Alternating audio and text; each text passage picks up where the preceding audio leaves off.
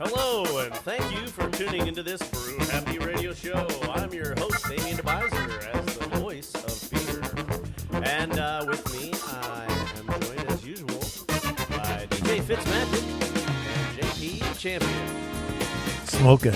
Yeah. Smoking. How's it going? It's going pretty good, guys. Yeah. Hey, man. I missed you guys since last week. It's only been 7 days, so I mean,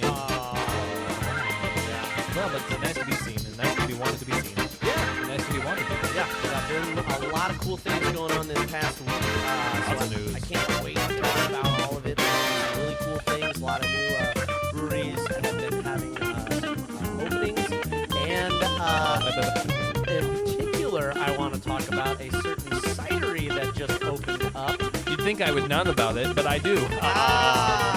And we are actually at said cidery.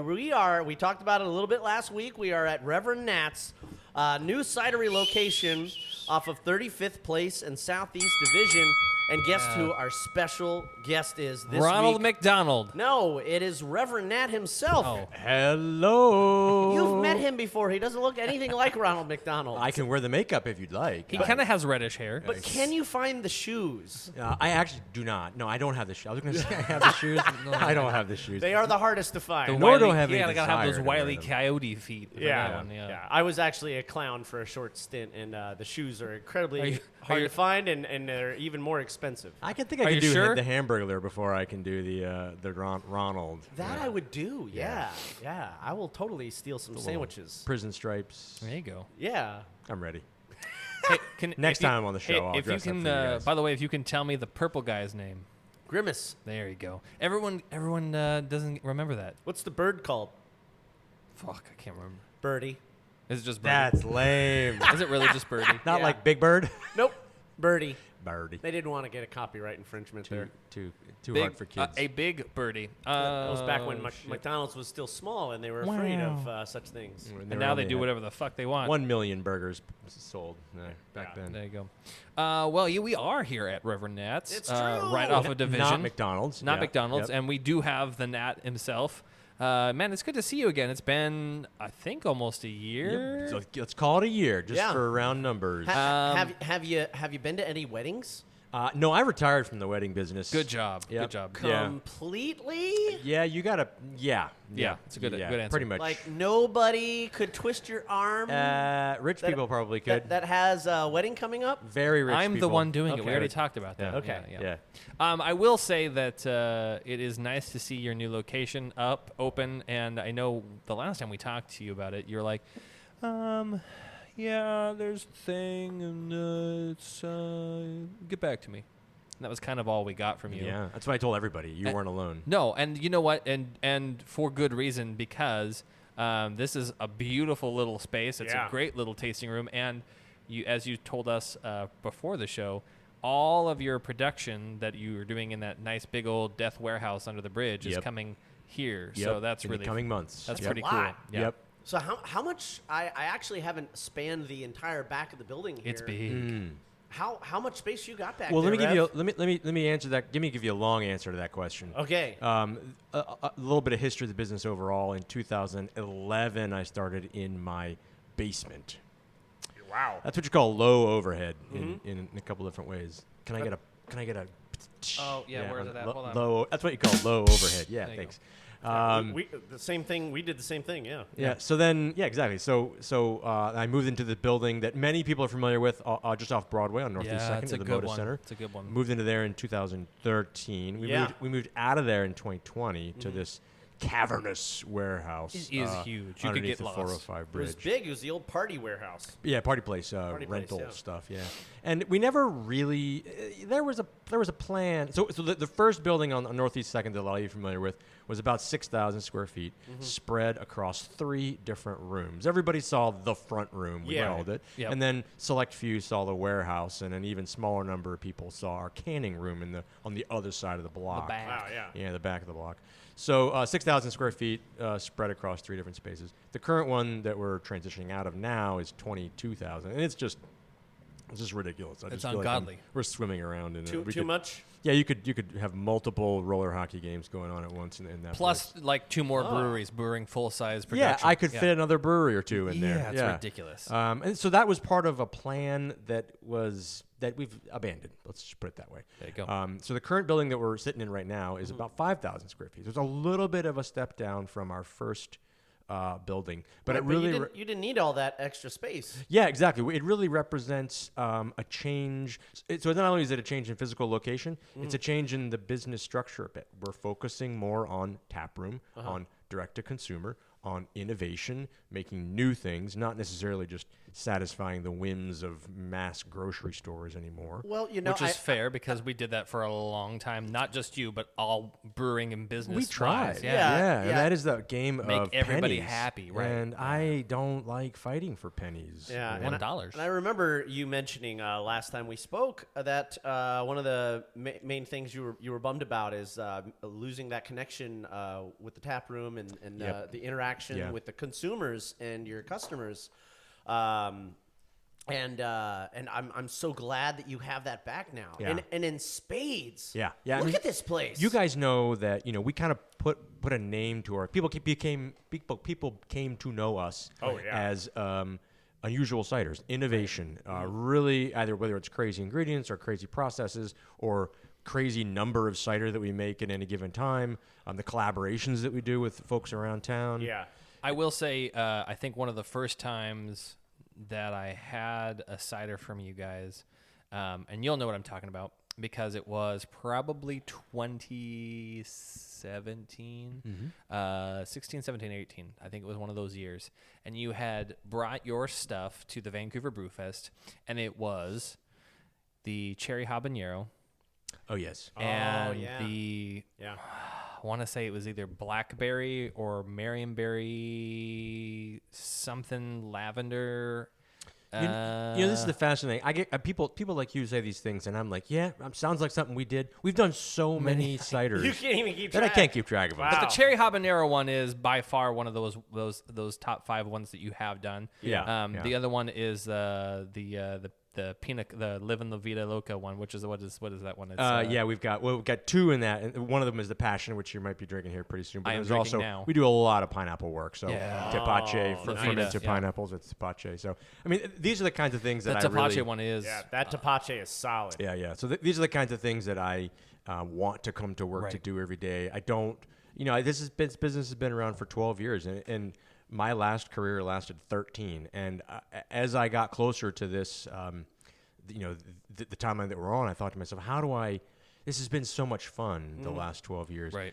What do I do to keep myself engaged for the next 12 years? And it was really like, it's not fun to buy equipment. No. And to No. and to like work on your conveyor belt. No. Who doesn't like shopping, but, Yeah, I mean, the same there's time. when it becomes a chore. yeah, I mean, how do you get the next high? Buy another piece of equipment? No, that's not very fun. No. So it's really represents. We have 12 ciders on tap, so that means we're constantly rotating things. I think a buddy of mine in Montana, he's a journalist. He was writing an article about us, and he said, "Hey, can you do some back of the napkin calculations on how many ciders you made in the past 10 years?" And I came up with safely 600. Okay. Probably Wow. closer to 1,000, and so that's Yeah. Somewhere around 100 a year. So that's 2 a week, give or take. But you're also talking about the amazing. fact that, with each of one of these ciders, like even just let's just go with the cherry pie, Right. which is a stand true kind of cider you have and have continued produced for years now. Yep. Yeah. But how many? That's the other thing. That's where the asterisk comes in. It's like, yeah, sure, I've made these 600, 800 different ciders, but the cherry pie I've made 31 different variations on. Yeah. And So so it's like, well, fuck. Are we going to break it down, or are we just going to go? It's the cherry pie. Right. Yeah. It's a good point. Like sometimes I scroll through my Untapped, not my personal Untapped, but my quote unquote breweries Untapped, and I see things that I don't remember making.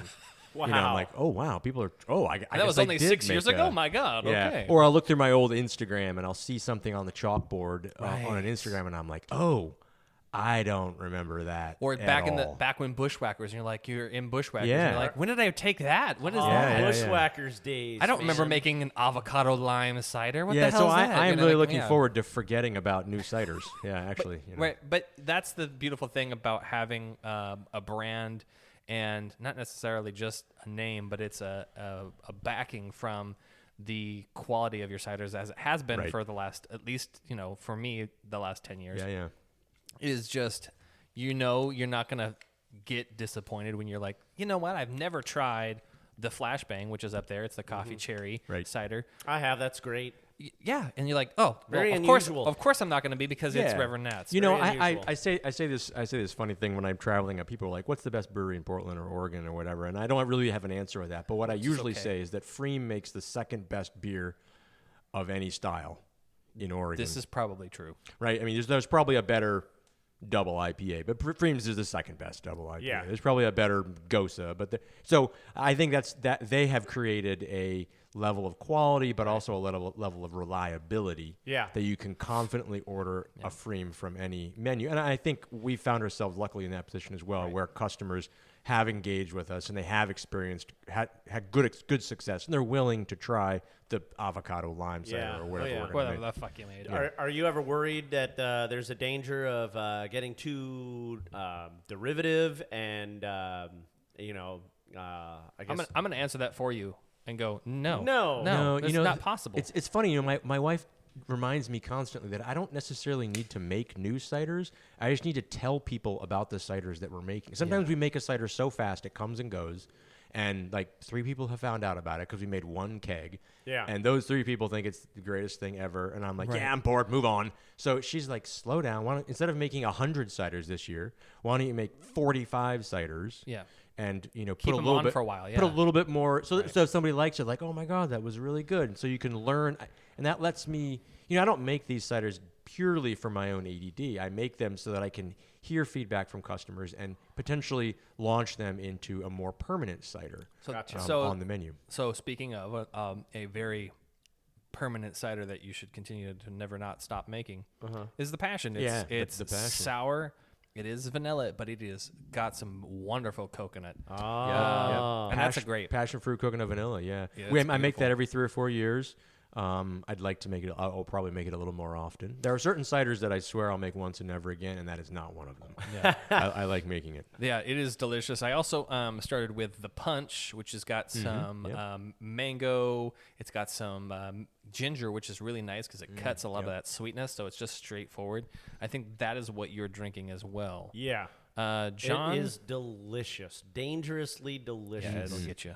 So many of your ciders are like that. Yeah, I mean, you have to look at the ABVs a lot of time and mentally calculate. Yeah. Okay, this is a 6.5% cider. you gotta I need be to careful. drink it like it's a 6.5% glass of alcohol. Because it doesn't taste that way. Yeah. It's no way to know. juice. It Yeah, does. I'm It not tastes so like good juice. at that's why I'm not so good at drinking cocktails. You put a cocktail in front of me, just gonna drink it like I drink beer, just plow it down. Not so good. So John, you have a reddish hue in your glass. I have a cherry coffee one. Oh, yeah, the flashbang. flashbang. you're Yeah, drinking. flashback. What? How and why did you just think? You know what? The bitterness, the sweetness. Let's put them together. Well, this is an example of what I was just saying. Like my wife saying, "Don't make more, just make more of the stuff you've previously made."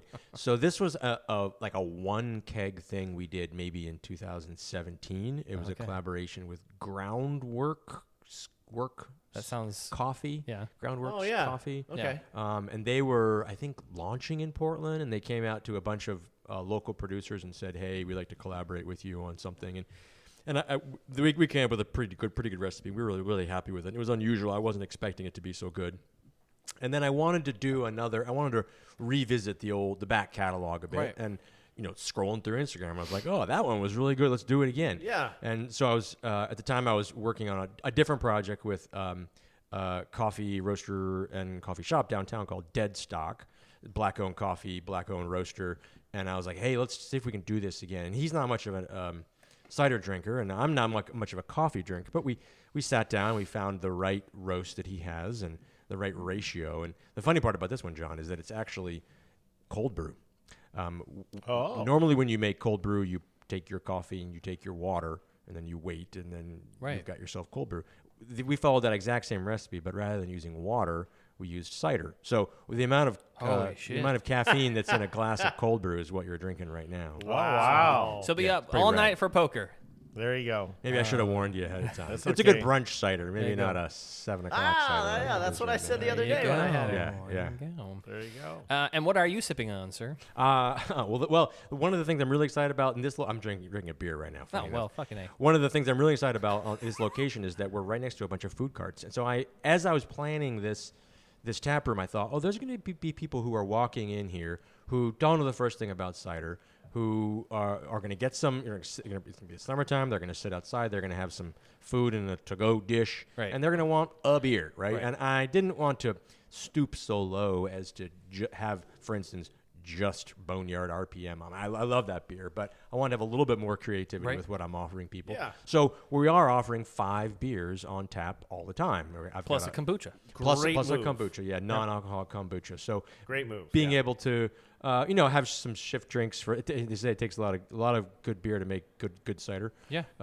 So have some shift drinks for the staff who's working here, as well as people who just want to change their palate. Or we're also really looking forward to doing beer cider cocktails together, blends together. We talked about We Tepache. talked about that the last time we were on the show. Tepache Yeah. goes great together. Yeah. There's a whole bunch of snake bite type things. Oh, yeah. I actually very recently did a love 'em. collaboration with Fort George for their Festival of Dark Arts, where Yep, we took I one of saw our that. ciders and one of their stouts and blended them together. It was We talked about on that. at the festival, Yeah. and it'll be some of those kegs are coming back to Portland, and I will have them on tap here as well. So not just purely giving people Yeah. the beer, but giving them something that they can easily sink their teeth into, but also challenge them a little bit on trying something different and trying something new. Well, I Right think on. that's a beautiful thing too, is because you have such a open front of house, because it's literally just it's the whole house. But because you have such an open environment, when someone stands up to grab their beer, you can say, this is an opportunity going, have you tried cider? Have you tried my cider? Have you Yeah. tried anything here? Would you like to try something? What sounds good? Yep, Your yep. beer will be up in just a second. Right. And then you can go, okay, well, here's this one. This is kind of Yeah. tart. This is kind of sweet, or this is really dry and it tastes like champagne almost, but you Yeah. can catch some lemon in there. So here you go, try that. And I think it's an opportunity for those, like you said, who are not quite into the palate of cider to Right. go, ooh, I didn't think I would like that, but now I'm going to have to come back and have some more of exactly. 2 people might come in. One of them thinks they don't like cider. The other one does. The first, the second one gets the cider. The first one gets a beer. But then you should try this. And then when they're sitting down, they Yeah. taste it, It's and an then that person opportunity comes back for a cider. learn. Conversation, yeah. Yeah, we make cider for beer drinkers in a lot of ways. We use beer yeast. We use a lot of hops in our ciders. A lot of people I know say, "Oh, I don't drink cider except I drink yours. Yeah. I drink Reverend Nat." Yeah. And those are really my favorite kind of customers. Thank you for that. I've asked 10 people We give pros to that one, yeah. if who Reverend Nats is, and 9 out of those 10 people knew exactly who you were, and most of them could name a specific cider. Sure. The 10th person, by the way, was from out of town, and they fair. didn't even drink alcohol, so Oh. their teetotalers don't count. Yeah. Why'd you ask them anything? So well, I didn't. Why do you know this person? I was just going up to random people. I do surveys. So let's talk about the beer you're drinking then. Yeah, right. So this is Rosenstadt Pilsner. Beautiful. It's a new beer from Rosenstadt. Rosenstadt's very good friends of mine. They kind of put their planted their flag in the ground in Portland with their Helles, and Yeah. they had their Kolsch early on. The and Kolsch was my favorite, and fantastic Kolsch. that's what grabbed our attention from them in the early days. Yep. And I paired them up with Olympia Provisions back when I was working with Right. them. So and one of the reasons why they're on tap, the main reason why they're on tap right here is because their Olympia Provisions Wurst House, whatever you call it, the Wurst House. sausage restaurant Yeah. is just 3 blocks down Up the Yeah. way, yeah. from here. Yeah. So I wanted to keep it a hyper local. Additionally, in the hyper local world, there's Little Beast, and Little Yeah. Beast is 1 block away. They have my sour beer line, Yeah. so they'll regularly be on tap here as I well. was going to And- say, I see that the Mr. Nice Sour is on. Yep, their passion fruit sour. They have Upright Pinwheel Pale, the Assembly Hazy IPA, Old Town's Northwest IPA, and like you said, Rosenstadt Yeah. Pilsner. Yep. Really It's a great little menu. Really great area to be in, too, because just speaking from my own journey this past weekend, I came during your opening, and then we went over to Little Beast. Really great, easy transition to go from one to the other. Yes. Cider to sours, yeah. Or vice versa. Yeah. Yeah, there's going to be we've already talked about some sort of a micro passport, or like when you go to Starbucks in the morning, at the bottom of the receipt says bring this back before 3 p.m. for a half price. We're thinking about some kind of like. Well, are you done with Reverend Nat's? Go to Little Beast. Are you Bring done with your Little Beast Go to Reverend Nat's. receipt over here, and we'll dollar off your. Yeah, when thing we or were at our whatever. old place off on Northeast Second, we had a huge amount of crossover with Ex Novo. They were our local one. Whenever a tourist came in, we would say, hey, where should we go next? Oh, you got to walk up to Ex Novo. So we had a huge amount of cross-pollination of customers that way, and I'm really looking forward to doing that, not just with Little Beast, but 35th and Division, diagonally across from us is Division Wines, the wine store, wine bar. Yep. There's down the street is Imperial Bottle Shop Bar. Yes, it is. Tap room. So there's a lot of opportunity for this stretch of Division to be. Well, I don't even think it's opportunity. I think this stretch of Division is the hot shit place to be. There's no other place to be. At least on people Division. think Southeast. This is the Mecca. It's the hub. This is the spot that they're thinking of. Right. And it's definitely kind of cool because if you can do one of those things where you're saying to the customer, well, you just had my cherry pie, so now go down to Little Beast and get American Dream, and you'll get the fruit palette all squared away. Absolutely. And of course, he's going to send you up doing the same thing, going, well, you had that nice fruity thing down here. Now go up there and have this nice light and tart thing here. I'll tell you, the one thing we've really got Little Beast beat on is that I have 9 food carts next to me. Suck it, Chuck. And he's got 1. Uh-oh. But his barbecue is damn good. I don't have barbecue. Oh, my God. The barbecue smells amazing over there. It's worth sitting there as you drink it going, what does that smell? We already had dinner plans. I got to go outside. I was thinking of changing the dinner plan. Yeah. So and even the tempting. sides. The sides there are incredible. It's insane. Yeah. I don't want to get too far down the rabbit hole. I do want to ask you more questions about your new location here. I'm very excited. Keep talking forever, so you'll have to cut me off here. We got an hour, Grev. So we just want to take a moment to thank our listeners for tuning in and being a part of the show. We do this show for you guys. The Brew Happy Show is here for you. And we want to know all about the next brew that you are experiencing. So if whether it's beer, cider, or a spirit that you have discovered and you really like, let us know. Reach out to us on Instagram. Tell us what you're experiencing. Take a picture. Send it to us. Where are you getting it from? What do you like about it? All kinds of input are very welcome. We love the interaction. We've heard some things, lately. Most recently about Melvin Brewing. We had somebody make some comments about that. That's really great. We love to hear that kind of feedback. So if you want to help support the show, reach out on patreon.com/brewhappy. And you can always reach us wherever podcasts are found. No matter what the listening app, we are there, from iHeartRadio to Spotify. Ryan, what do we got next on our music pairing, DJ? Well, I was inspired. I was inspired. Are you going to play She's My Cherry Pie? No, although that's a good one. Uh, I was inspired because as of this last week, tickets went on sale at the Moda Center for Hoser in Portland in October. So I bought tickets, and I'll be going to that. It's on. I'm excited, but because I was inspired by the fact that I bought tickets and I'm enjoying the fact that he's going to be coming out with a new album here anytime soon, I thought I would pull a nice cover from Hoser, who does our whiskey song, by the way. Because he's an Irish lad. So we're going to play a little Hoser and go into the break, and I'm going to go get myself some cherry pie. All right. I'm excited for that. You can listen to this song on our Brew Happy Tunes playlist on Spotify. It's called Brew Happy Tunes. It's got the most 100 recent songs for you guys to listen to while you're doing chores, driving, walking the dog, whatever you like. But go check it out and enjoy these tunes. We'll be right back. Any other day you would call, you would say, baby, how's your day?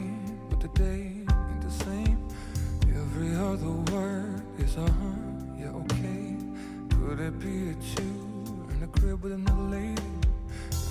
took it there. First of all, let me say that I am not the one to sit around and be played. So prove yourself to me. I'm the girl that you claim. Why don't you say the things that you said to me yesterday? And I know you say I'm a single thing. Sun's going down, that's the way it seems. Shouldn't be the reason that you're acting strange. Nobody's holding you back from me. I know how you used to. Saying everything to me tells true. Why don't you just tell the truth? Somebody's there, then tell me who. Say my name, sing my name. When No one is around you. Say, baby, I love you if you ain't running pain. say my name, say my name. You acting kinda shady. You ain't calling me baby.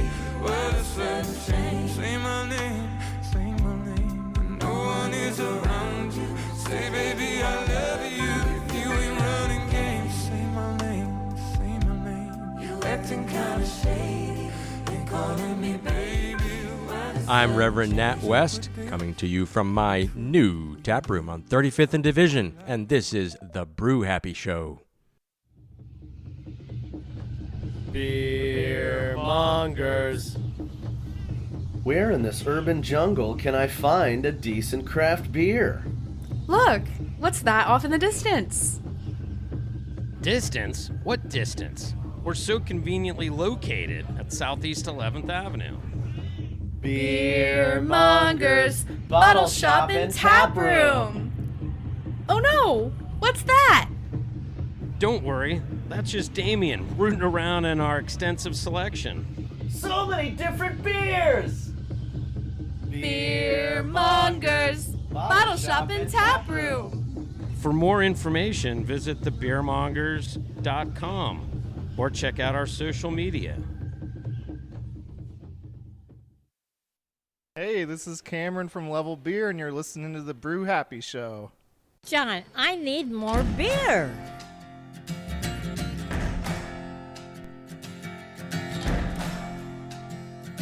You gotta find your people, the ones that make you feel alright, the kind you wanna stay up with all night. You gotta find your people, the ones that make you feel whole. Hi, everybody. They won't leave your side when you lose control. The ones that don't let you lose your soul. You gotta find your people, the ones that get the joke. Oh, well, if you are anything like us, you found your people here at Reverend Nat's Hard Cider, as we have been doing for many a year. We are so excited about this new location. We are excited to drink maybe some old favorites from back in the catalog. But if you want to know more about this, you need to come on down to the new spot on Division. Open Wednesdays through Sundays, so closed Mondays and Tuesdays. What's the hours? Noon to what? We are running noon to 9. Noon to 9. Wednesday, Thursday, Sunday.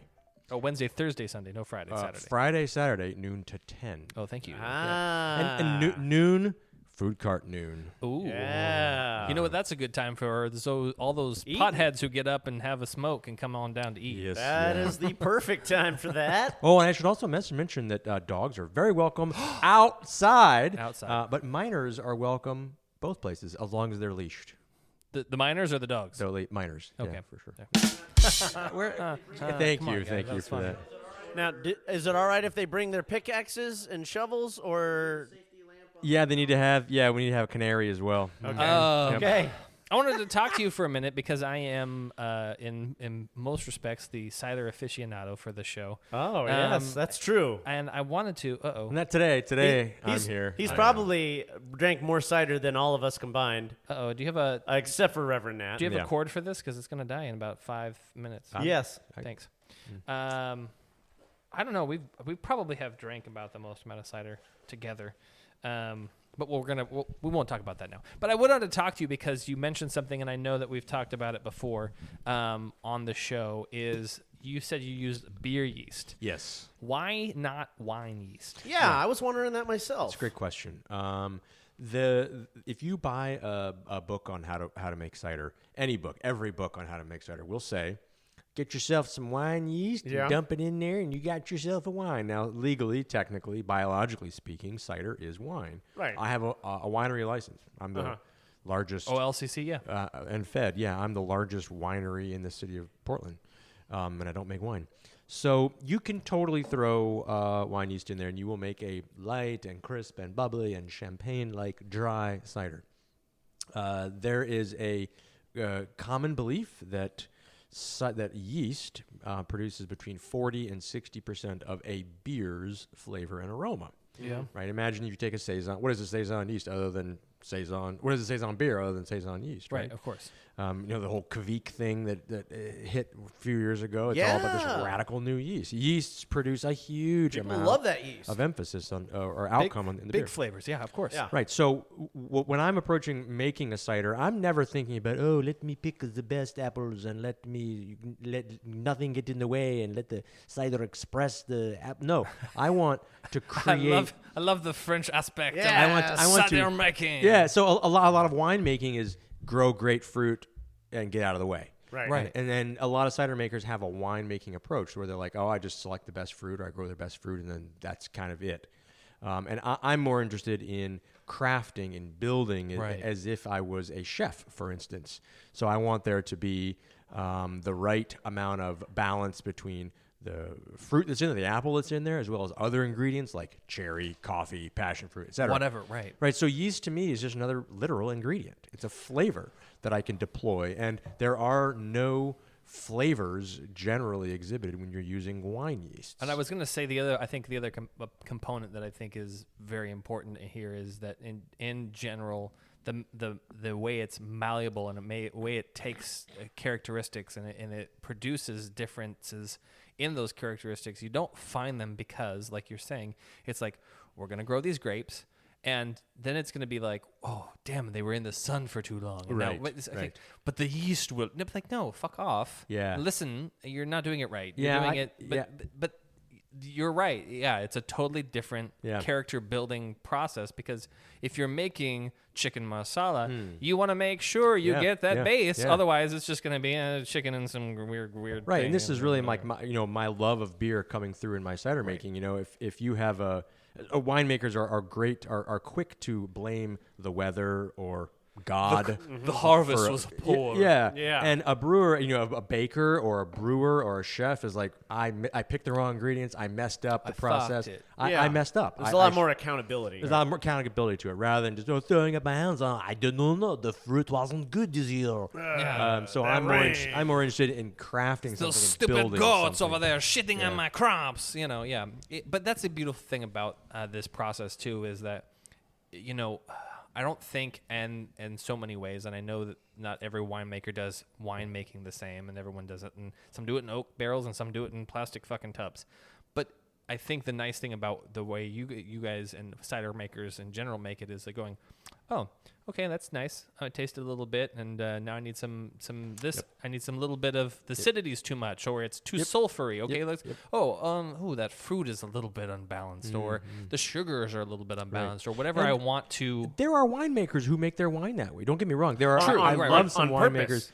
Who maybe they do the blend in the grape stage. Maybe they do the blend after the aging, and they're saying, oh, I want a little more acidity. I want to build a wine that has this kind of characteristic. And those people are highly aligned with the kinds of ciders that I make. I'm really good friends with some winemakers who build their wines from constituent parts, as opposed to just being, this is the grape from the estate, and then we just did nothing but wait. We've done nothing but wait for 12 years, and here you go. Welcome, enjoy. It's an expression of the land. Right. No, and to me, it isn't about an expression. It pairs of the land. with this beautiful cheese, and then I'm gonna do a weird fucking thing over there. Yeah, with something completely different. And then I'm gonna name it 3 different things, but it's all gonna taste the same. But no one will know. And I think we've had this conversation with brewers. They're going. And actually, I think it was Mark Gillette at PBC at Portland Brewers Collective. He goes, "It's the same beer, but we just changed the yeast." Mm-hmm. And we're going, "Oh fuck, this is amazing!" It's gonna be crazy. Oh, it is. And then you try the next one, and go, "That's weird. I don't like that as much." And that's really the magic of brewing. That's the happiness that comes from brewing that we talk about here on the Brew Happy show. Brew Happy. Weird. Yeah. So you've got these different ways of doing things. All the components could be the same, right? But you change one thing, and now you've got an entirely new Yeah, creation. do you guys remember that festival we used to do here in Portland called Cheers to Belgian Beers? Do you remember that one? Yes. I Where you that was threw one a of my dart favorites. at a board to pick out which yeast you were forced to use. Brilliant. And that was fantastic. Or And you just had to make it work. Yeah, remember that time that the Upright and the Commons swapped recipes and they each made the other's flagship beer and it tasted completely different still. Yes. You And know? it was amazing. Yeah, each one was amazing. Oh, but it was it tasted, amazing. The ingredients were right to a T, but yeah, we talked about that a lot Yeah. on the show because even just the difference of brewing it on a different system. Right. The way that you have to attenuate it, Right. and brew it a number of times to get To it really back, dial it in. to really Yeah, dial it in yeah. back to its original components when you Yeah. brew on a different system. Well, and that's the other thing too is when you think about it, it's not even when you take people like, let's just pull a name, Ben Edmonds. You can make the same beer 12 times, and it would come out maybe different 8 of those 12 times because something is different. The water's different. Yeah. You had less malt than you want, or something will happen. And sometimes it's perfect. he would figure it out. He would. Or even Irvin, you take like John Harris at Ecliptic. Now, Right. no slight on that brewer whatsoever. But when Ecliptic first started up, I was a little let down. Some of the beers were not so good. They didn't splash right out of the gate. And as time went by, they got better and better. It's and better. cosmically good now. And now it's amazing. Yeah. But that first year, it was kind of like, Oh, John, what's going on Yeah, here? There's a I've dial tone. one of Nothing the- one's answering. One of the things I've learned from going to new breweries, even by seasoned professionals, especially like John Harris, who made the he worked at Deschutes and made the Black Butte Yes, Porter. yeah, huge He history. worked at McMinimans and made a lot of their staple beers. Even a veteran brewer like that, you get a brand new system and a new brew house, and it's going to take some time. I always give new breweries that 6-month honeymoon period, which I refer to, and it's usually sometime after that they really hit their stride. Right. But other breweries, they just they'll have been doing gypsy brewing for a while, and they just have it already dialed in, and it doesn't matter what system you throw them on, they'll figure it out. Right. That's what I'm actually really impressed about Rosenstadt. I'm pretty good friends with those guys. They make beer in a few different places. Technical. And I cannot understand why. They make beer at some breweries that shall not be named, and I'm like, well, you made it there? Yeah, how dare you? How did you make it taste so good? And they make better beer at someone else's brewery than that Than the brewery does at that brewery. Right. Because they probably bring in their water, like, this is our water from the homeland. Brought this from the Rhineland. Yeah. No, so it's pretty rad seeing that combination between a recipe, a brewery, and a brewer. And I really believe in that with what we're doing here as well. Now I gotta ask real quick. Go ahead. What is the craziest cider that you have ventured? Oh, you're going way down a path I was not ready to go on yet. No? No, I had one question for him. Okay. Well, not really one question, but it was a statement, and I think he can attest Put to a some pin of to this. that one, Damian. Because you were talking about that swap brew between the commons. Yep. It's even something as simple as, well, like, here's our build, here's our grain build, and here you go, and they're gonna go, oh, you know what? I think I want to boil it for 5 more minutes. It's just Why something. do you do that? Right. How? Right. But How do they know? But Oh, yeah. right, Things and are that's the different. beautiful thing. And still, you're right. This is someone else's recipe. They swapped recipes, and yet they made great beer, but it was not the beer that the other person had made. Yeah. And it's those simple things. And the only reason I say something like that is because it is those little minute little details going, well, I'm gonna let it boil. So, Yeah. I'm gonna add an extra a tenth of an It's the same ounce thing. of. It's the same thing for cooking. My wife cooks and I cook, and you could tell which one of us made. If we have the same recipe from the same cookbook, you could tell which one was mine and which one was hers. Just because you got a signature, you got the size that you cut the vegetables. I like to add a little more paprika. I like to give mine a little more cook on it. A little more caramelization. Attention to detail. Yeah. One of the things we call that char. Don't worry. Char, baby. That's one of the things I love about brewing and creating these beverages. Well, and I think that's, again, going kind of all the way full circle, and then we can get to your question, is now you have a really kind of fun little space. Yes. It is smaller than your original space. It's a great space. But we're also a lot smaller than your previous coming from space. So you have a little more room to have a little more control, a little more in like tunnel vision on your product. And you can go back there and go, oh, nope, I need 3.5 more days. Yeah. Because now you're not having to walk a mile to get to it. But also, it's and it is very church-like because you have that little skylight nice up there. little skylight back there. It is very holier than thou back there. It looks ethereal. I'm very looking excited, looking forward to making cider here. Yeah. You gotta get these freeloaders out of here though. But now speaking of the location, real quick, what was in here? I thought there was a winery in here. Right, yeah. So this building was turned over in 2011, I believe. Okay. Before that, it was a generic, whatever, crap warehouse type thing. And then in 2011, the Southeast Wine Collective moved in. Okay. And they installed very expensive floor drains. They built this beautiful tasting room with this really cool backdrop. So when you come in, you see this amazing backdrop. Barrel-themed backdrop. Barrel-themed backdrop with like barrel staves but you all could over keep up, obviously, because it works just as the same for you. Yeah, and they ran a whole bunch of the right kind of utilities in the right places. They put a glycol line in. And we just kind of, and they moved out a few years ago, and there was a brewery in here briefly, and then we was it Logsdon? Logsdon was in here briefly, but heard they about that. Logsdon's didn't still here, kind of. Yes, they're moving out still. They didn't pull the trigger. Ish. They really never. Maybe you can get them on your show, but I don't. To be fair, Okay, and I love Logsdon.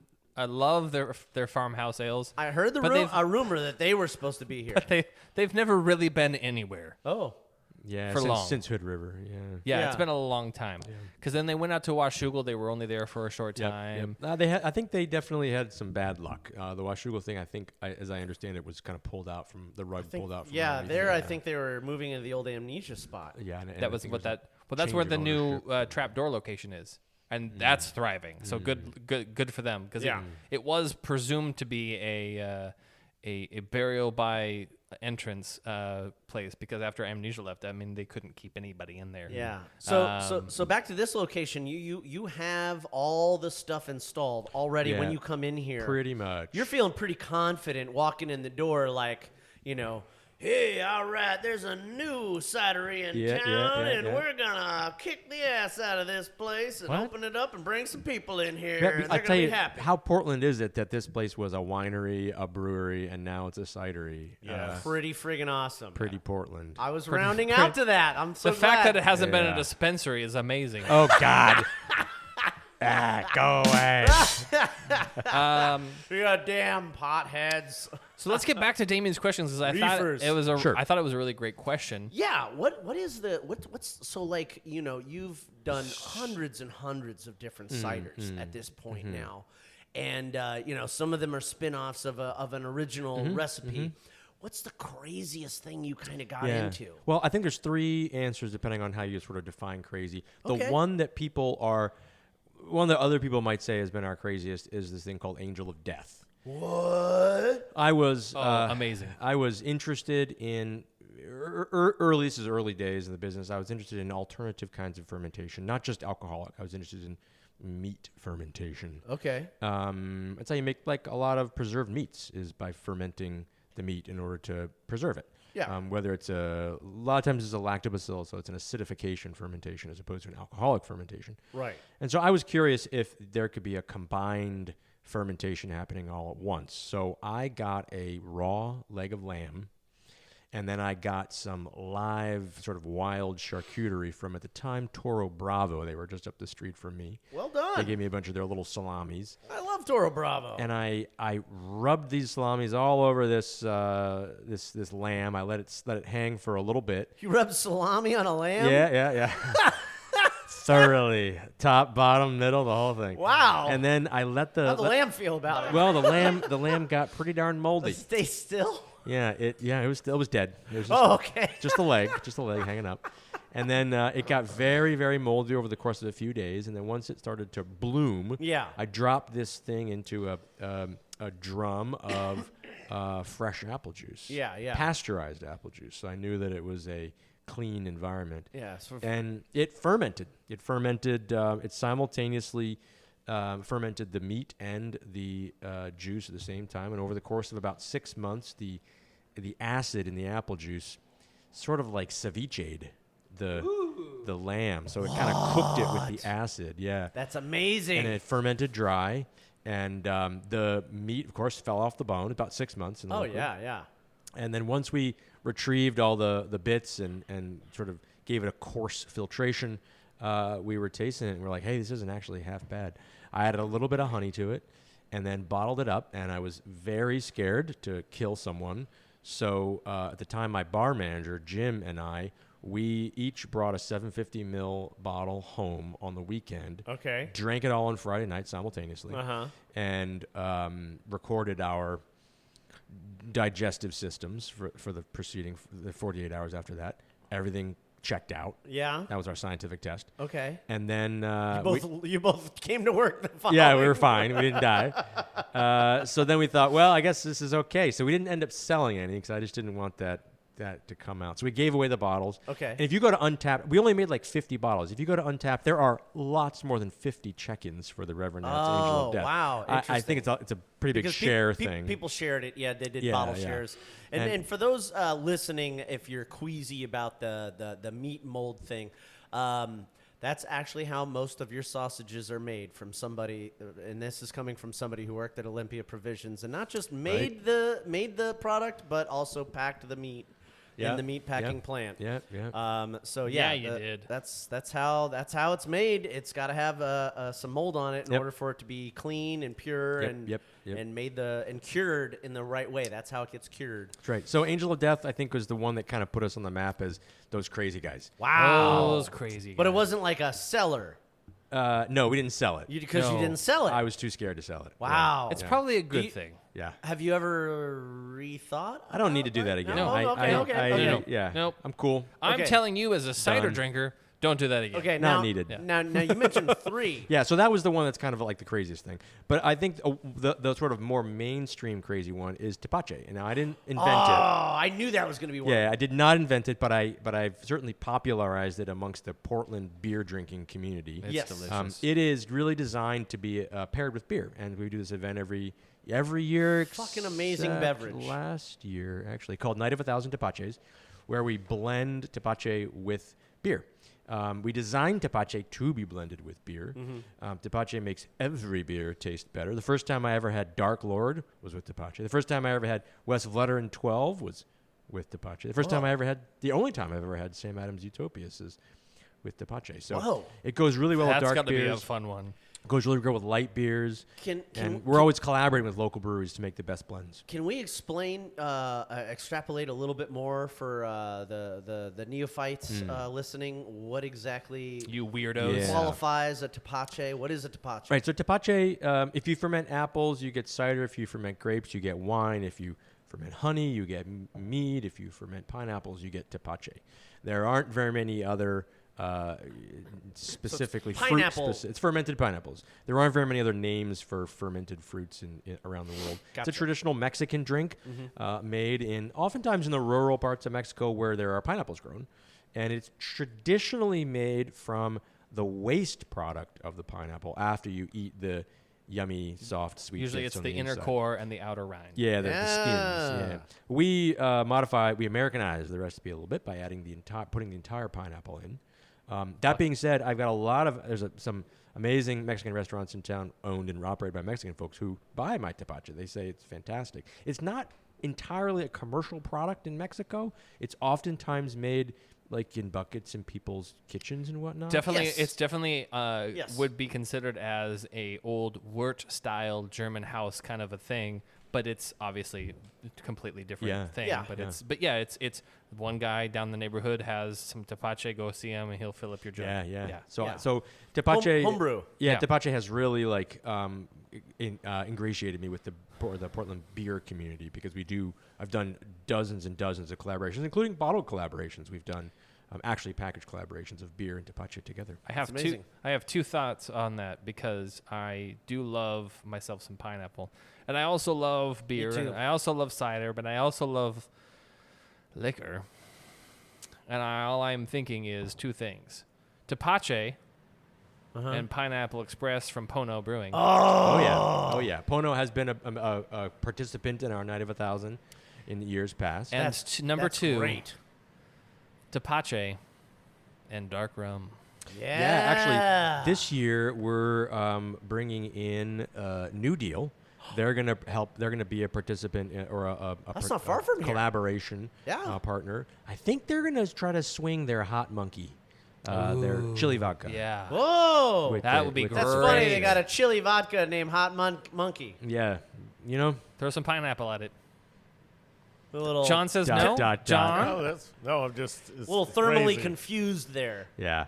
I don't think we could do whiskey with Tepache, but rum, vodka, tequila, tequila, mezcal, fantastic. I don't know. I think John seems intrigued. No, he doesn't. Irish whiskey is Tepache. I mean, pretty much anything with Tepache. Okay. Yeah. Okay, and then okay. So we have Tepache as number 2. What's our number 3? Number 3. Maybe we should grab a bottle off the wall and What? drink That's number a good 3. idea. We have number 3. I like that idea. I got a version of Here we number go. 3 here. I'm going to drum roll, and he's going to go grab it. And while he does that, we're going to talk about Reverend Nat's location and some of the ciders you can have. They do have 12 on tap.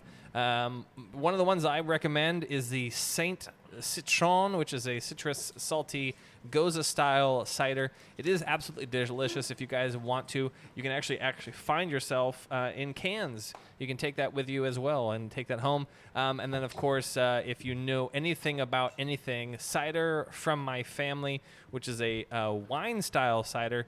It's just That's a great one. I really like that one. It's very smooth. It's very sweet. It's delicious. I remember that from last time. That also is in cans. And I actually prefer that one to the other aged cider that they offer, which I believe is another barrel-aged style one. Which is we're sold out of that one right now. Yeah. We do. I regularly doing whiskey and bourbon barrel-aged ciders. But the cider from My Family, which has got the wine in it, which is delicious, that is definitely something you guys want to get your hands on, as well as this little nugget of deliciousness. Talk about this one. You can't get this one. This one. So in the tap room here, I've got this beautiful back bar wall, and perched across the wall in many locations are some of the rare ciders that I've made in the past, and some of them are dead in the bottle. Like you can't hold on to. Don't drink it; you'll die. You can't hold on to a hop cider for 12 years and expect it to taste good. But this one is holding up really well. This is called Hellfire, one of our Hellfires, and Hellfire is something that I truly created. Unlike Tepache, which I just latched a hold on. You're not going to want a lot of it. Yeah, so this is 18% alcohol, just FYI. Oh. So this is oh, damn. Yeah, that's this got was a nose on 2-year-old Forester bourbon barrel aged fire cider. This is barrel number 2, Baby's Bird creme brulee, bottle number 7. This was probably bottled in 2015 or so, 2016. So it's pretty old now in bottle. And so what Hellfire is, so if we're looking at it, it's black. Most people think the bottle is an amber. Oh, it smells amazing. Most people think the bottle is an amber glass, but it's actually brown glass bottle, but it's actually a clear glass bottle. Yeah, I see that. Brown liquid inside. It's amazing. It smells like creme brulee. It's maybe the color of a porter, maybe not full black like a stout. That would be perfect in this cherry pie. It's got a slightly raisin finish. Yeah. So the only it's the funniest thing. I only make one apple-only cider, and it doesn't taste anything like cider. That's this one. Pretty awesome. wild. Yeah. So this is the process of making Hellfire is it's what we call a fire cider. So I take fresh apple juice and boil it for well over 18 hours. Probably closer to this one was probably closer to 24 hours. And I'm full rolling boil, so I'm reducing it to 1/3 of its original volume. Got you. So the water's going away. A serious reduction. The sugar is staying in there, and that's basically Maillard reaction, caramelization out the wazoo. What inspired that? Well, so there's a type of cider called ice cider, which Yep. is like ice wine. Ice cider? Yeah, and it's pretty. Well, we talked about this. I think we talked about ice wine recently on the show. With the Irish whiskey, The was Irish aged whiskey. in ice wine barrels. Which was absolutely delicious. But you can find a lot of that ice wine on the eastern side of Canada. Right. And this is probably no different as far as that ice cider. Well, so I have an objection to ice cider.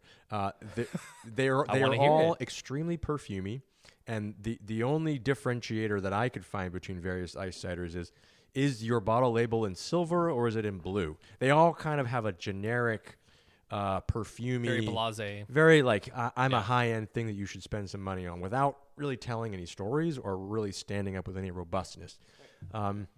But I wanted to create something that was high alcohol, dessert style. It's a dessert. Right. It's a dessert wine, dessert cider. Right. So I thought, what's the exact opposite? Well, boiling the shit out of something is pretty much the exact opposite of freezing it. Boiling the shit out of it. So so again, we reduced fresh apple juice to 30% of its original volume.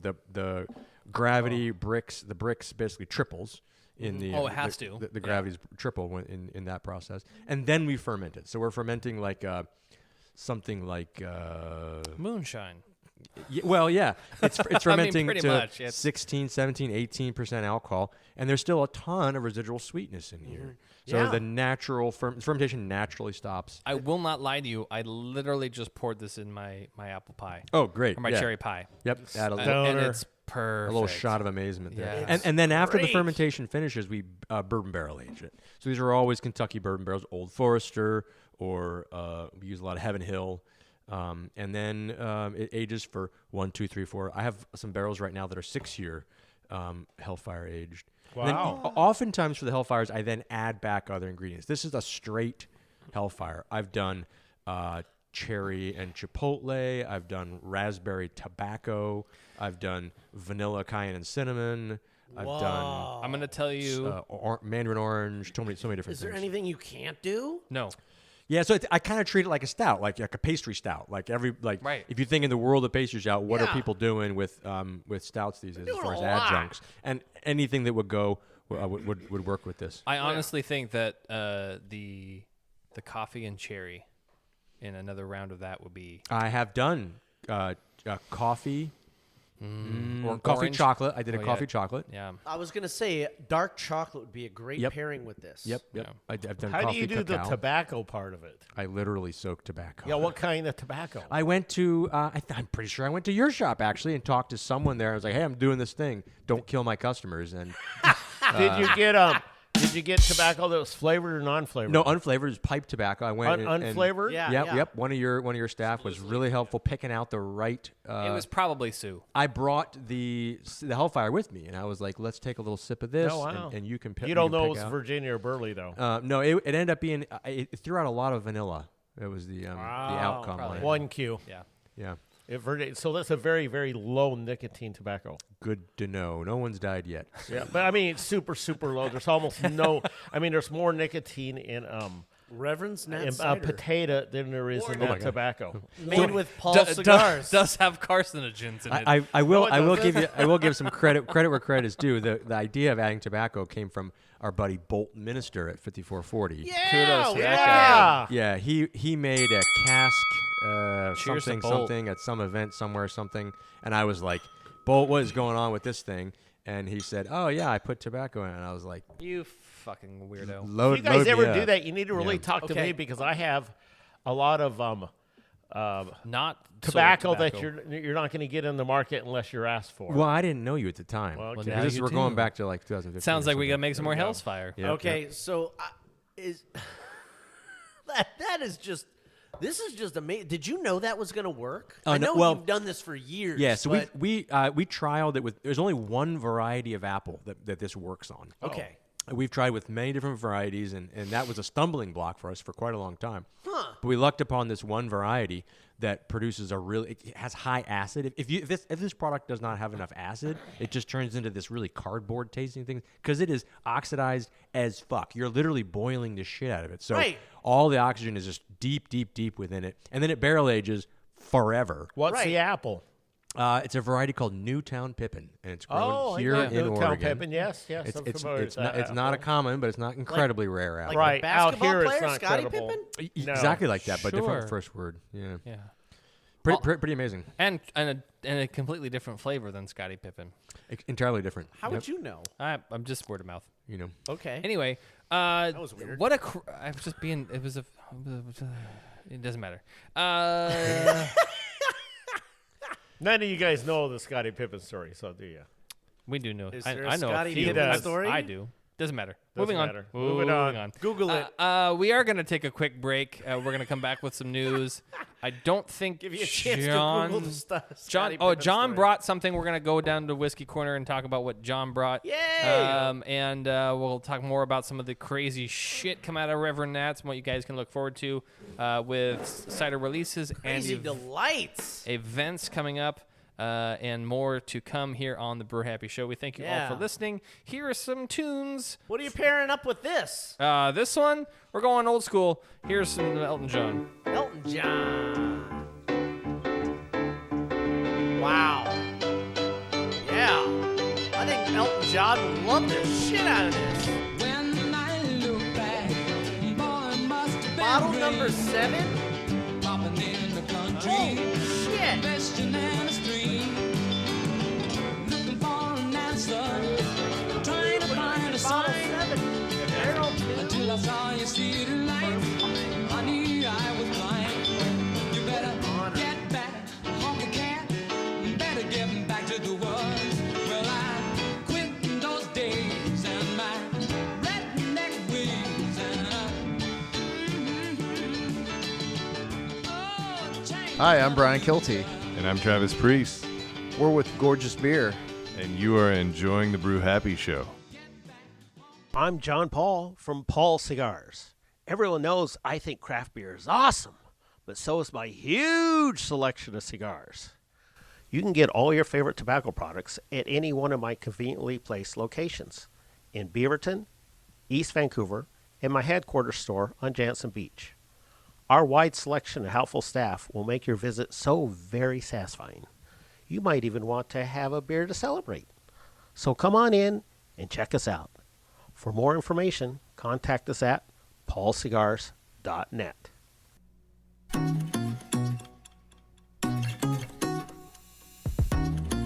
Hi, this is the Green Goddess of Portland, here to bring interior wilding to your space.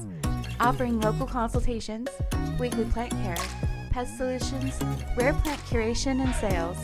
This houseplant hobby has cultivated a worthy collection backed by knowledge and experience. And now I want to help you make your business beautiful. Contact Bronwyn, the Green Goddess, at greengoddessbotanic@gmail.com and Green Goddess Botanic on Instagram.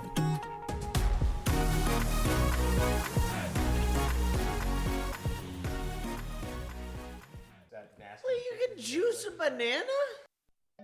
This is Warren Wills of craftbeerscribe.com, and you're listening to The Brew Happy Show. John, I need more beer.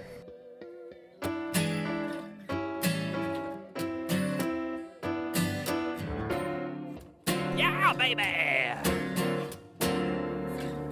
What goes up must come down. Spinning wheel, got to go round. You talk about your troubles, it's a crying sin. Ride the painted pony, let the spinning wheel spin. You got no money, you got no home. Spinning wheel, all alone. Talk about your troubles and you never learn. Ride the painted pony, let the spinning wheel turn. Yeah, let that spinner wheel turn. If you haven't had some Reverend Nat cider, you're gonna spin your wheels on down to here off of Division and drink some delicious ciders Monday through Sunday. Excuse me, Wednesday through Sunday. He's not usually here on Mondays, but he made a special exception for us because Just for us. we're cool, We are the coolest. coolest cats. We do Monday right. Just for you, the listener. If you're cool, you could ask, and I might come down. Probably. You know. Yeah. If you shoot him know a him, message. if you know him by his first name and not just Reverend. Yeah. You twist my arm. Like, geez, drink cider. Yeah, Come on, Yeah, man. but Come- you gotta actually come have down alcohol. here physically God. and twist his arm. Literally. Yeah, you gotta catch me. He's very, very wily. He is Slippery. Quick. Yeah. He's quick. I'm greased up my arm. Yeah, he's greased up constantly. All that I lamb can't juice. even believe he's sitting in the chair right now. He should be on Slipping. the floor. I'm slipping. Yeah. It is time for the news, brought to you by newschoolbeer.com and brewpublic.com. Brew news! With the news of the brews down your avenues. That's where I find out what's going on in the Brewniverse. That's right. From your friends at newschoolbeer.com, we have Hopworks unveiling the new brand identity and name change, and some flagship beers. No. Hopworks is changing their identity? Yeah. Like the brand of the brewery or a beer? They're dropping the urban. Hopworks Urban Brewery Hub is no longer going to be urban. It's not Hub. It's what is it? Just Hopworks? Hopworks Brewery. I like that. Okay. That's it. It's always been okay. I know. They're dropping the urban. And they're changing some things on some logos, some can art. After 15 years, having two names has been confusing for a few folks. I'm going to Hub. I'm going to Hopworks. Well, where the fuck's that? I know what you're talking about. So they're dropping the urban, and it's just going to be Hopworks Brewery, explained by founder Christian Ettinger, who we adore. A prost to Christian. He's the man. We love Christian. Maybe one day he'll be back on the show. So look for some of the changes. If you remember, hit the record button. Anyway, moving on. Sorry about that. Our friends at Aways Day Brewing are doing a collaboration with Seattle's LTD Sushi and Bottle Works. Aways Days is collaborating with the iconic Seattle bottle shop Beer Bar Bottle Works and Seattle's new best restaurant LTD edition Sushi, as voted on by Seattle Times. Now, the Aways Day Japanese rice lager will come out on Saturday, April 1st at a sushi and beer event. It's going to produce this limited edition rice lager at the launch party for Aways Days Brewing and for Bottle Works. If you want to get yourself some, go down on Saturday, April 1st to the event. It's going to be a lot of fun. Obviously, distribution will come around the 3rd for Portland, so make sure you're all in for that. Mecca Grade Estate Malt and Brewery is fucking for sale. What? Mecca Grade Estate Malt and Brewery is for sale at 5.5. And right now, they've been pretty silent, but all of a sudden, 5.5 what? Million? Thousands. 5.5 thousand. Okay. No. Yeah, it's 5.5 million. If you want to own an estate of malt, its full capacity and production, you can for a nice little tiny thing. Because of the woes of COVID and the ongoing drought, the reality is that they weren't able to just keep up the production in the way that we know they have.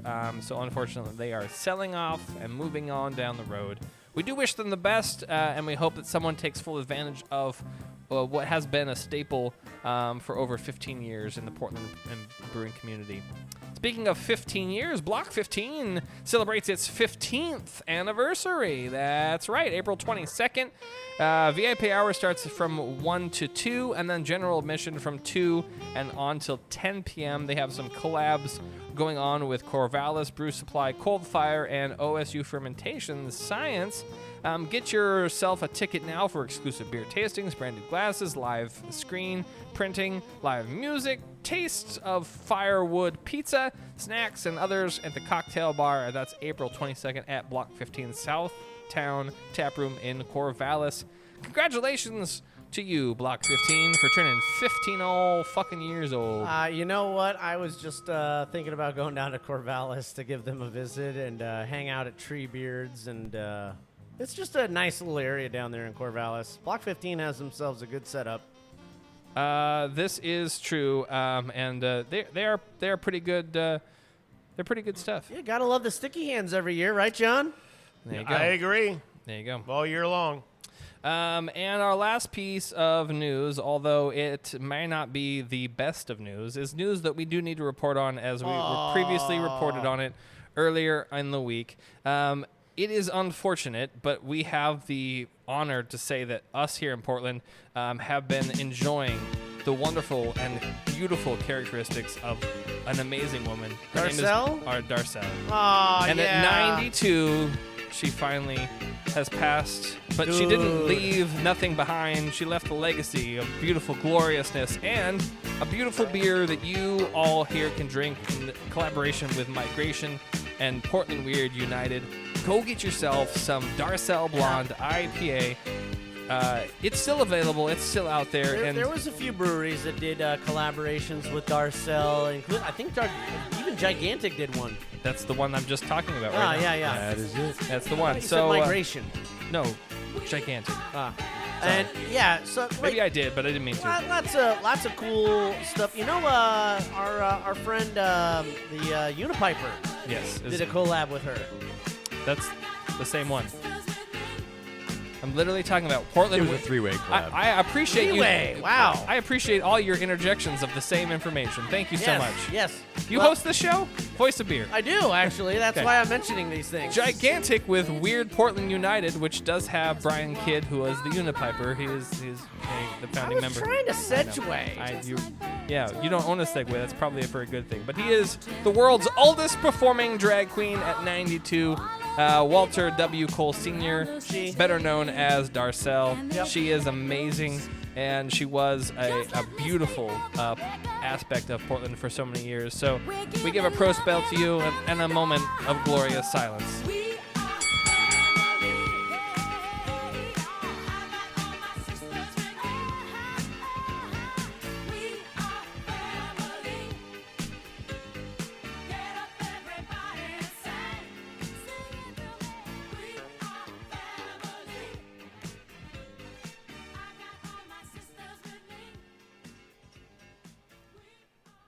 Come guess me this riddle, what beats pipe and fiddle, what's hotter than mustard and milder than cream?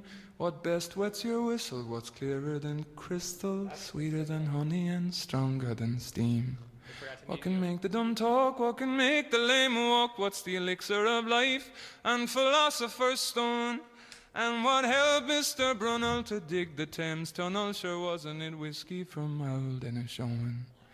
So stick to the crater, the best thing in nature, for sinking your sorrows and raising your joy. That's no.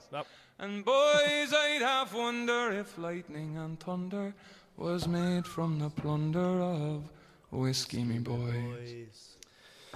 Oh, with 3 convenient locations, Paul Cigars can be found in Beaverton, Jansen Beach, and East Vancouver. But he is the man of Scotch here on the Brew Happy Show. He is John Paul himself. And we've got a few things to talk about. Something from Sweden, but something from Ireland as well, and Scotland. We got everything. Yeah, we got a Swedish thing. Hey, I do have one piece of news thing you missed. Yeah. Mav's Tap House in downtown Vancouver. They Love that spot. They moving. They're moving. What? Crosstown. And it's being taken over by Vice Beer and Brothers Cascadia are going to split that spot. No shit? Yeah, well, actually, I think Brothers Cascadia is just taking that spot. Mavs is pretty... It says Bryce Beer be neighbors to downtown. Oh, So Zeppelin. it's next door. Mavs is next pretty door. significant, Yeah, though. so where Brothers, are they going? Same spot if you're next door. Yeah, it's pretty much the same spot. But they are going across town.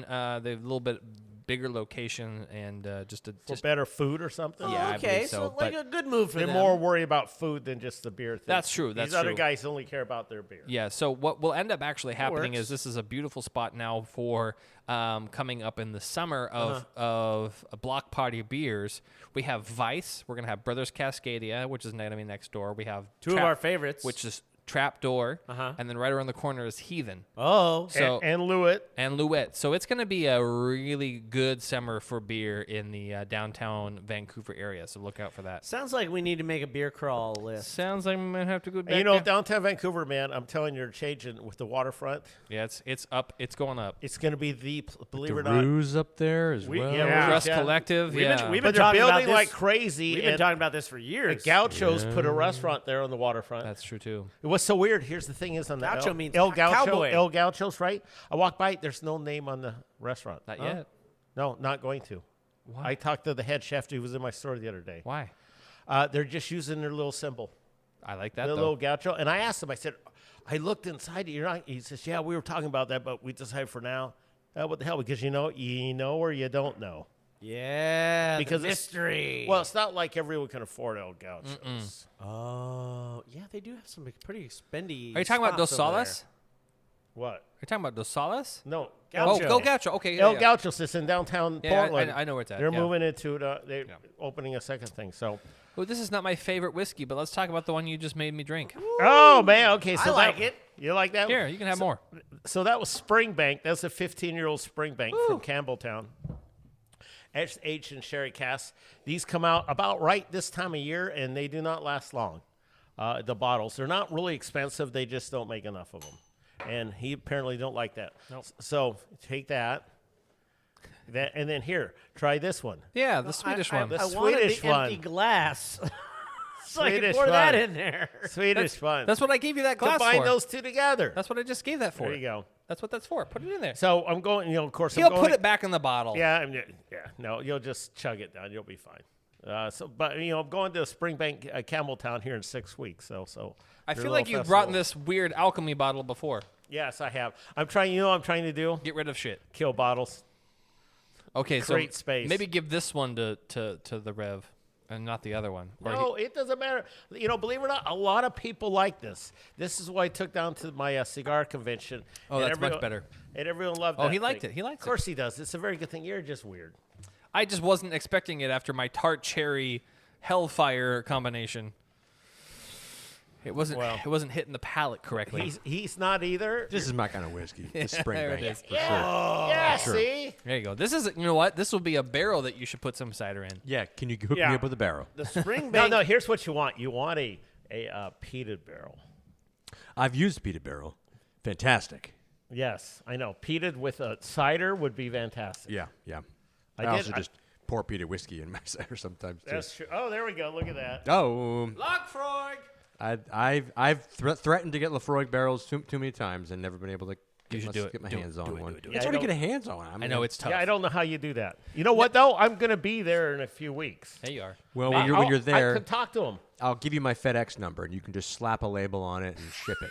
$275,000. Yes. Yeah, probably.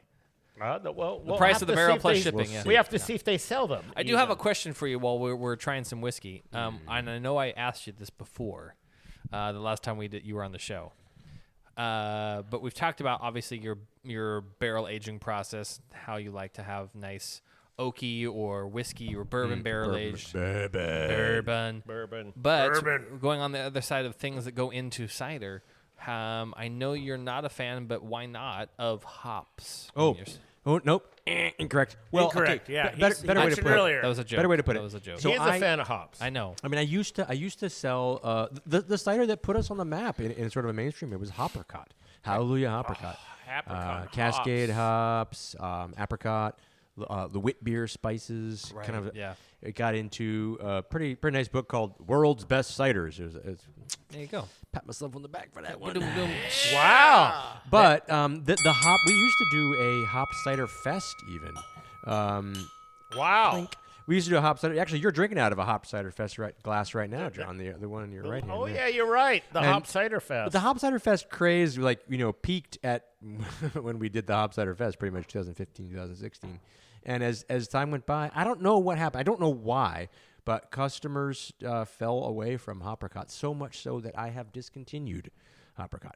That being said, hops work extremely well in cider so long as you don't tell the customers they do.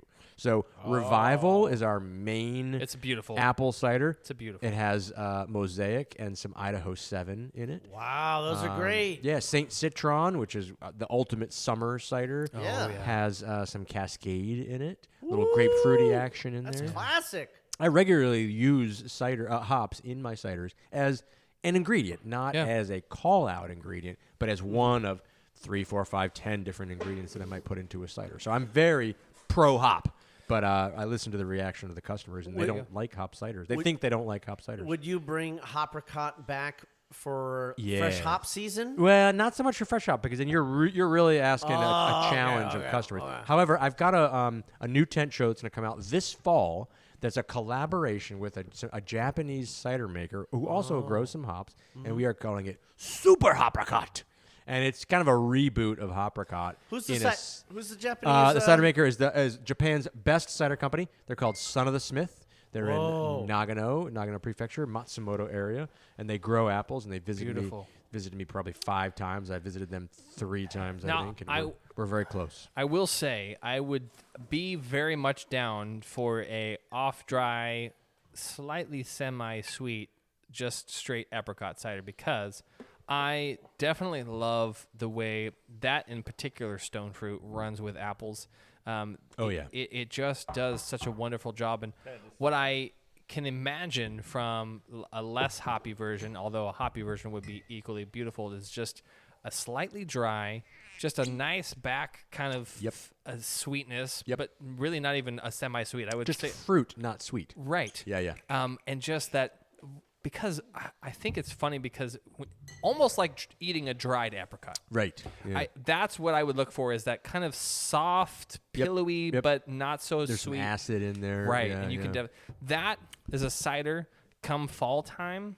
Well, keep your eyes peeled. Hallelujah Apricot really sort of, like I said, it put us on the map for unusual ciders. I'm in. And it's coming back, and I think it's going to be one of those things that people are going to they've waited a few years for it. Yes. So when it comes back, everyone's going to be ready for it. John, let's talk about the single pot still Irish whiskey you just poured. I brought for you. Oh, thank you. There we go. This I brought is the for Green you. Spot. Green Spot.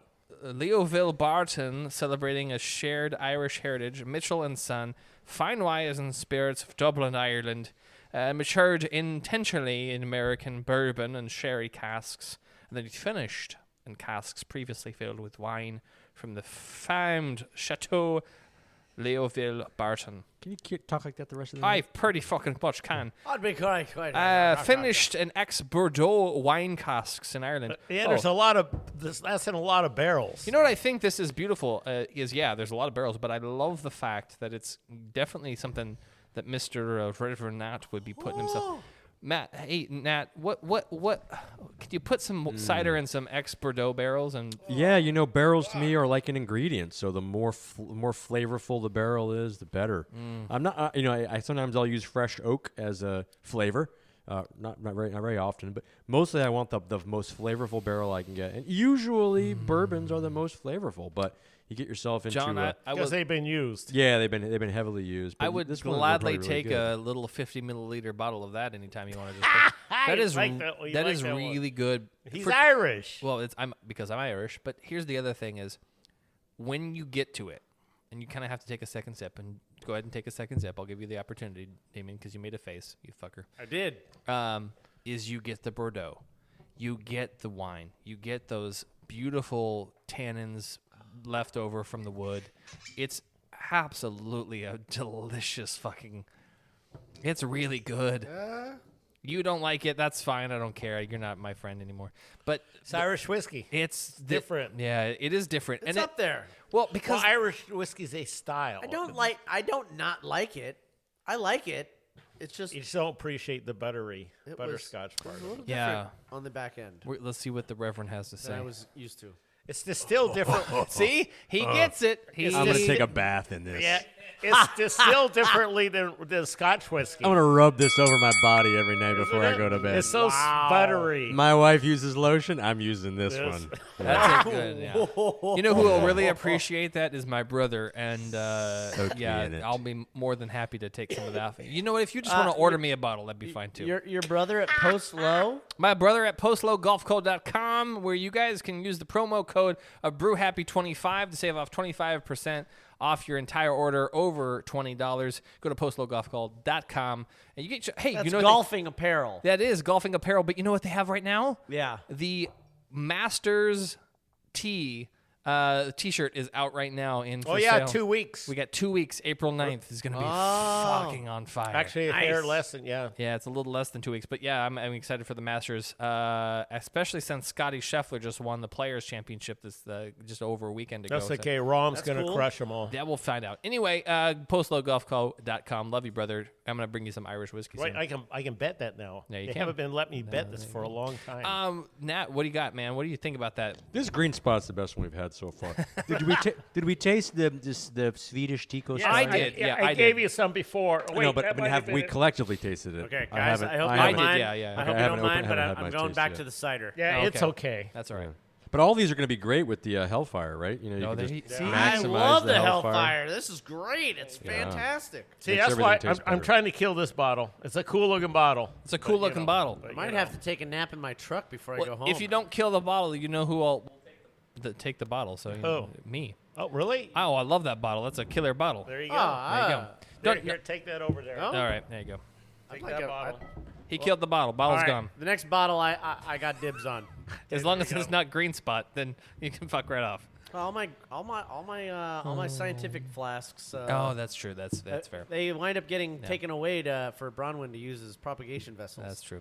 Those little flasks. Yeah. She loves the. I need them back. Well, which one? Try these. I have a few Probably for the you. Swedish one, right? I have a few for you. That's not that great. I'm trying to. It's Swedish. It's Swedish. Yeah, it's pretty good. Yeah, it's from Sweden, and it's a cool-looking bottle. Oh shit! Well, they have to rely on their bottle. Here's what I will say. It's been an interesting night of discovery. Not my favorite. Not most found people's something favorite. He didn't Yeah. like. Well, it's a bottle thing. It's That's not a a bottle whiskey thing. Before we go, I do want to just pivot back to our host location here and the beautiful cider that we are drinking tonight here at Reverend Nat's. Reverend Nat's. Do you have a cider upcoming or an event upcoming that you want to talk about? Yeah, I mean, I think let's we talked about it before, but Night of 1,000 Tepaches. The way that the format works, it's going to be in probably late April, I think. Okay.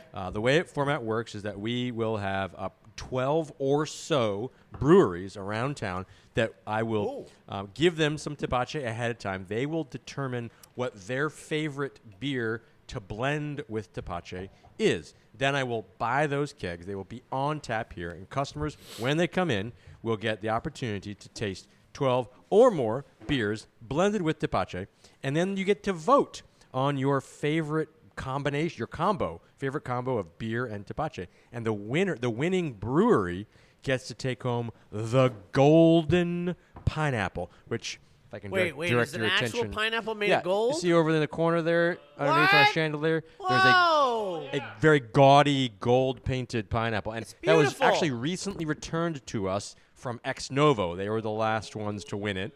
So do they bring it back afterwards? Yeah, you get it for a year. They just returned it to us recently. So if you're lucky enough to make the best combination, you get to hold on to the golden pineapple for a year. Golden. So it's a really great time to drink a bunch of ciders, taste a bunch of different beers, and taste this amazing blended. There will be light beers. There will be dark beers. There will be sour beers. There will be fruited beers. There will be good beers. There will be not so good beer. And all pineapple-y? The blend together. What never night, know. What night is that? It's going to be in April, so keep an eye on our socials. And if you are a brewery listening to this and you would like to participate, you can just find me on any of the socials. I'm the guy behind the socials. Yeah. And hit me up, and I would love to include you in the Night of 1,000 Tepaches. All right. Well, you heard it first here on the Brew Happy Show, and thank you guys so much for listening. We do this show for you, the listener. Reach out to us wherever podcasts are found. If you want to support our podcast, the Brew Happy Show, check us out on patreon.com/brewhappy and choose any one of our options. For as little as $1, you can help fund our show and our addiction to mic cables and SD cards and maybe even our bar tab a little bit. Cheers to that. Yeah. Thank you so much, listeners, for tuning in. Check out Reverend Nat's new location here on 35th Place and Southeast Division. If you haven't come down here, you are wasting your time. Get down here and check it out. There are plenty of food carts nearby and ample parking where you can find it. All right. Cheer, beer fans and cider fans. As always, I don't just like you, I love you. I don't want to have a beer or a cider with you. As always, brew happy. Cheers. This production is brought to you by Brew Happy Media, the ultimate brewers media resource. For more information, go to thebrewhappyshow.com and brewhappypodcast.com. Follow us on Twitter, Facebook, and YouTube at Brew Happy. For more cigar pairings, please check out our sponsor, paulcigars.net. Questions, concerns, advertising, or guest relations, please reach us at brewhappypdx@gmail.com. Remember, brew happy, drink responsibly. Cheers.